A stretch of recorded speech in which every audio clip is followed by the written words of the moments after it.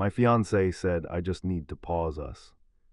I need to figure out who I am without a relationship. I said, okay.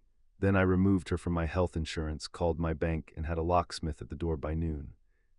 48 hours later, she was sending voice notes calling me cruel. The ring is still in my drawer. I haven't touched it. I'm 30 years old, and 3 nights ago, the woman I was supposed to marry in 7 months sat across from me at the kitchen table and told me our engagement needed to be paused. Her name is Natalie. She's 27, we've been together for 3 years, engaged for 11 months. She moved into my house, the one I bought 2 years before I even met her, about 18 months ago. I paid the mortgage, I covered utilities. She contributed to groceries and her personal expenses, which was fair, I thought. It worked, or I believed it did. She had that look that night. Calm, rehearsed, almost clinical, like she'd been practicing in the mirror. She folded her hands on the table and said she'd been doing a lot of self-reflection, that she loved me but wasn't sure she was in the right headspace for a commitment this big. She used the phrase emotionally misaligned twice. She'd clearly been talking to someone, probably a therapist or someone else entirely. The bottom line came wrapped in a gentle voice. I think we need to pause the engagement. I need space to figure out who I am outside of us. I sat there for a moment. The kitchen felt very still. The refrigerator hummed. A car passed outside.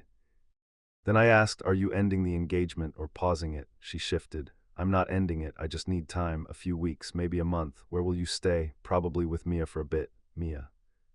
Her college friend. I nodded slowly. Okay, I said, if that's what you need.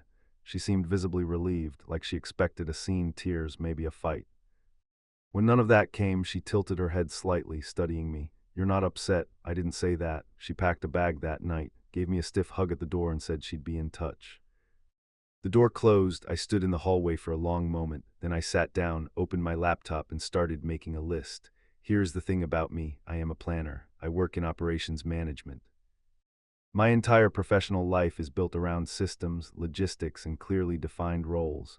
When a partnership changes, the structure changes with it. That is not cruelty. That is clarity. Natalie and I were engaged. We no longer were paused or not. She had unilaterally removed herself from the commitment. And an uncommitted partner is, by every reasonable definition, not a fiancé. She was now a guest, and guests do not get the same access as a life partner. I opened my banking app first. When she moved in, I had added her to a joint checking account we used for shared household expenses. I deposited $1,500 into it every month. She occasionally added money when she remembered. I scrolled through the last 3 months of transactions on her side. Her contributions averaged $200 a month. The rest, groceries, household supplies, streaming services, even her gym membership that was charged to the joint account, had been quietly coming out of my deposits. I was not angry. I was just finally paying attention. I called the bank, removed her access to the joint account, transferred the remaining balance to my personal account. Then I called my health insurance provider. I had added Natalie to my employee health plan 6 months ago during open enrollment.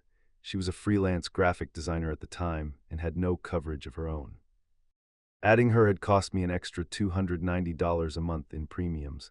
I asked the representative how to initiate a removal. They walked me through the qualifying event form, change in relationship status.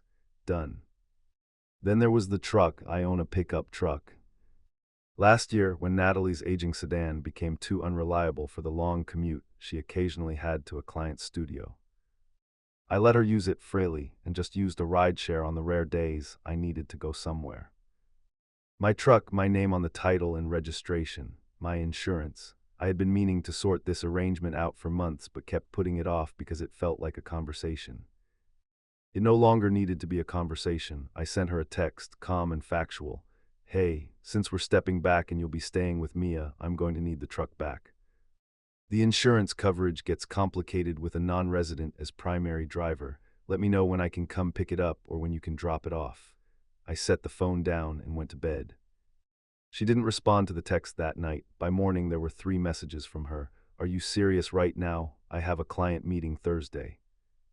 I need that truck. This is really hurtful, honestly. I read all 3, put the phone down, made coffee. I responded around 9 a.m. I understand the timing isn't ideal. I can arrange a rideshare credit for Thursday if that helps, but I do need the truck returned. Just let me know.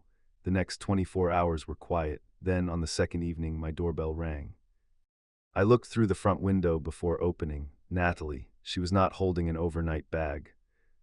She was holding her keys and wearing the expression of someone who had been rehearsing a different kind of speech on the drive over. I opened the door. "This is insane," she said, before hello.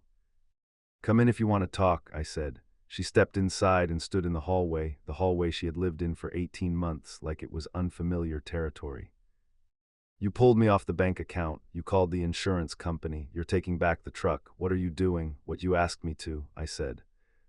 "You said you needed space and wanted to pause our engagement. I'm respecting that. When people aren't in a committed partnership, they don't share finances and insurance plans. I said a few weeks, not forever. You didn't give me a timeline, Natalie. You gave me a feeling. And based on that feeling, I made practical decisions, that's all." She crossed her arms, her jaw was tight. "You did this to punish me. I did this because it's logical. If you come back and we move forward, we can revisit all of it. But right now, you don't live here and we aren't engaged, so this is where we are." A pause, something shifted in her expression. A flicker. "Derek said you'd do something like this." There it was, Derek, my best friend since college, my groomsman, the person I had called first when I got promoted. The person Natalie had started spending a lot of time with over the past 4 months, just hanging out, she always said, because they had found this shared interest in hiking, apparently. Natalie, who had never once mentioned wanting to hike in 3 years, suddenly had a hiking buddy. My stomach dropped, but I kept my face still. "What does Derek have to do with this? He's just been supportive. He warned me that you'd get cold and transactional if I asked for space. He warned you. He knows how you are. How long has Derek known about your plan to pause the engagement?" She hesitated. "Half a second too long. I just talked to him as a friend. Before or after you talked to me?" "Nothing." I held out my hand. "The truck keys, Natalie." She stared at me. I watched the calculation happen behind her eyes, the weighing of leverage she no longer had. She dropped them into my palm. She left without saying another word. Update 1. I want to be very clear about what happened next, because I need you to understand that I did not go looking for a fight. I was fully prepared to let this quietly dissolve. I was sad, yes. Hurt, yes, but I was not plotting anything. I was just living in my house, going to work, and rebuilding my routines. Derek reached out to me 3 days after Natalie's visit, a casual text. "Hey man, haven't heard from you. You good?" If he didn't know, I would have told him everything. If he was genuinely in the dark, he deserved to know what Natalie had said. Either way, I was going to have the conversation. I called him. "She said you warned her I'd go cold and transactional." I said. No warm-up, silence on his end, too long. "She told you that?" "She did." "How long have you known she was planning to end the engagement?" It wasn't look, she just came to me for advice. She was venting. About me? Yeah. But I didn't encourage her to. "Did you tell her I'd be transactional?" A pause. I might have said something like that you deal with things logically. "I wasn't trying to. You coached her on how I'd react," I said, "so she could plan accordingly." The silence after that told me everything I needed to know. I hung up. I sat in my kitchen for a long time after that. The pieces were fitting together in a way I didn't want to look at directly, but couldn't stop seeing. 4 months of hiking. Late replies to my texts when she was with Mia. Derek always seeming to know slightly too much about what was going on between us. This wasn't a woman who needed to find herself. This was a woman who had already found someone else and needed a soft place to land while she figured out how to make the jump. And my best friend had been holding the net. Update 2, here's where it got ugly. About a week after I changed the locks, yes, I had a locksmith out. She still had a copy of my house key from before. I started noticing things. First, someone left a 1-star review on my small side business. I do freelance operational consulting on the weekends. It's not a huge thing, but it matters to me. The review was from an account with no history, no photo, no name. It said I was unreliable, emotionally volatile, and unprofessional. I had never had a negative review in 4 years. I reported it. The platform removed it after review, but I saved a screenshot. Second, and this one hit harder, I got a call from a mutual friend, a woman named Claire who had been close with both Natalie and me throughout the relationship. She was calling, she said, because she wanted me to know that Natalie had been telling people in our shared friend group that I had become controlling and frightening toward the end of the relationship. That I had cut her off financially as punishment for asking for space, and that she feared returning to the house to get her things. Feared, I asked Claire if she believed that. A long pause. I didn't know what to think, she said honestly. That's why I called you. I thanked her. Then I sat down and drafted a message to Natalie's parents. Her father's name is Richard, her mother Carol. They had met me a dozen times. They came to our engagement dinner. Richard had clapped me on the shoulder and said I was exactly the kind of man he hoped for his daughter. I didn't want to do this.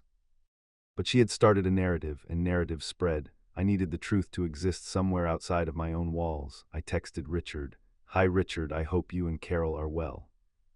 I'm reaching out because I want you to hear directly from me. Natalie and I have separated. I'm not sure what she's shared with you, but I've been hearing secondhand that there's a version of events circulating that concerns me. I'd welcome a call at your convenience.